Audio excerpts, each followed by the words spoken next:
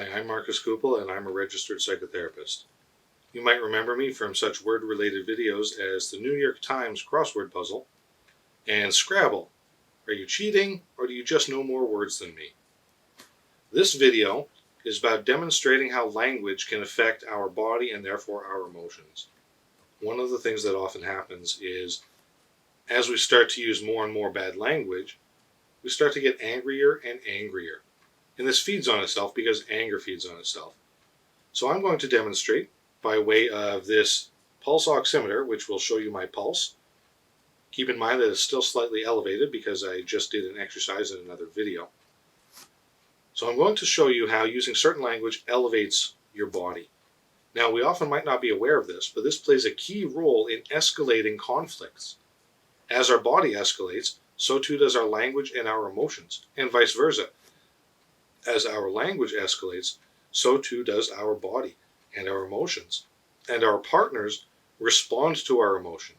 In fact, when we bring emotion to the table, what our partners respond to is that emotion, not the words that we're saying. If somebody were to get in your face and be really aggressive and they look like they're going to try and beat you up and they say, "I love you," do you get the message, "I love you," when someone says it like that, "I love you"? No, you don't.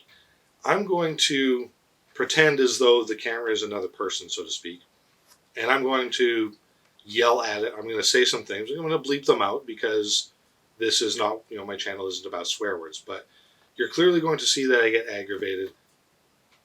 All right, so my pulse is in the mid-90s. Let's see what happens.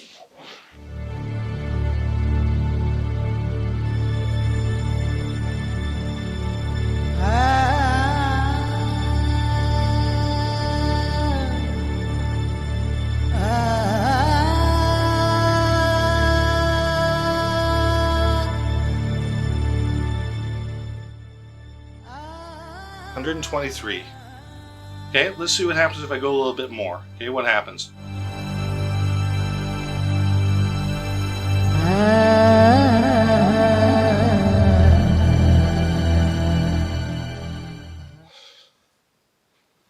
I can really feel that. Right? I'm just talking to a camera. There's nobody here to ramp me up. That added about 30 heartbeats a minute. Right? I can feel, I don't know if you can see that. I'm a little bit shaky. So the heart rate's gone up. As you saw, breathing's gone up. That was just from a couple of seconds of using swear words. Swear words pile on each other. They encourage more swear words. Right? If you say, even saying that, just the way the words form in the mouth adds tension to the body. And when you add tension to the body, it's easier to get more tension. It just ramps up, and that's how it happens. Right? It's just a little bit, but it can start with the language. So the next thing I'm going to do, I'm going to try and calm down a little bit. Right now I'm still right around the 100, a little bit over 100 mark.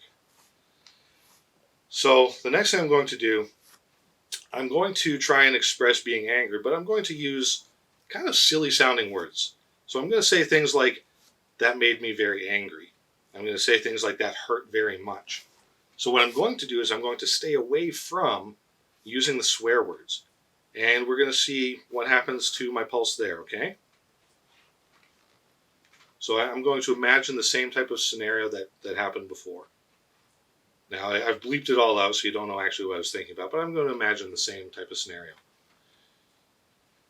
That was, actually wait, let's see where I'm starting at first, okay? So I'm starting at a little bit over 100. Okay. That was unsafe. That was very unsafe. No, I'm really angry right now. I feel the urge to get into a fight. I am really, really angry right now. That was an unsafe thing you did. That was an unsafe turn. No, that was not appropriate. No, I did not enjoy that. That was the opposite of enjoying. That made me feel unsafe. I was afraid. And no, You should not have done that. That was inappropriate. So right now I'm barely above 110. And you might have noticed, as silly as it sounded, I was having trouble being angry, kind of. Because the language did not suit how I felt. But I was describing how I felt. I was angry. So with our word choice, we can reduce the amount of emotion that we bring to our partners. Also, we, for ourselves, can reduce the amount of anger we feel. Now, in that little clip you saw that I bleeped out, you could clearly see there is anger and emotion in my face. I did not enjoy that. Right? I wasn't angry at a person, but I brought up the anger. I did not enjoy the feeling of anger. It really sucked. So if you're able to avoid going to that place by using different language, it benefits you. I mean, some of you might be thinking, well, it benefits my partner because, he or she needs to be told. But here's the thing, they're not listening, right? When we bring anger there, do you listen when someone gets in your face and they're angry and they're yelling and they're swearing? Do you actually say, oh, no, you're right, I shouldn't have put the dishes that way in the dishwasher? No, what you're thinking to yourself is either some version of don't engage because it'll just get worse, so you shut down and you're just trying to weather the storm but not make things worse, or you respond in kind. You meet their anger with your anger, but you don't enjoy that confrontation.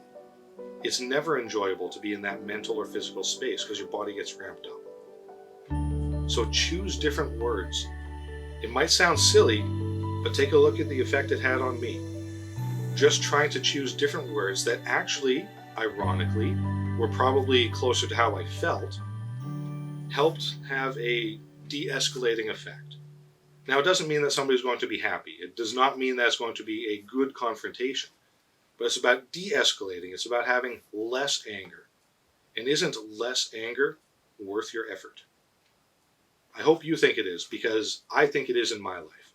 All right, well, that concludes my demonstration of how language can affect physiology and how it can either escalate or de-escalate depending on what you choose to do. Take that as you will. I highly recommend it. Thank you for watching, and we'll see you next time.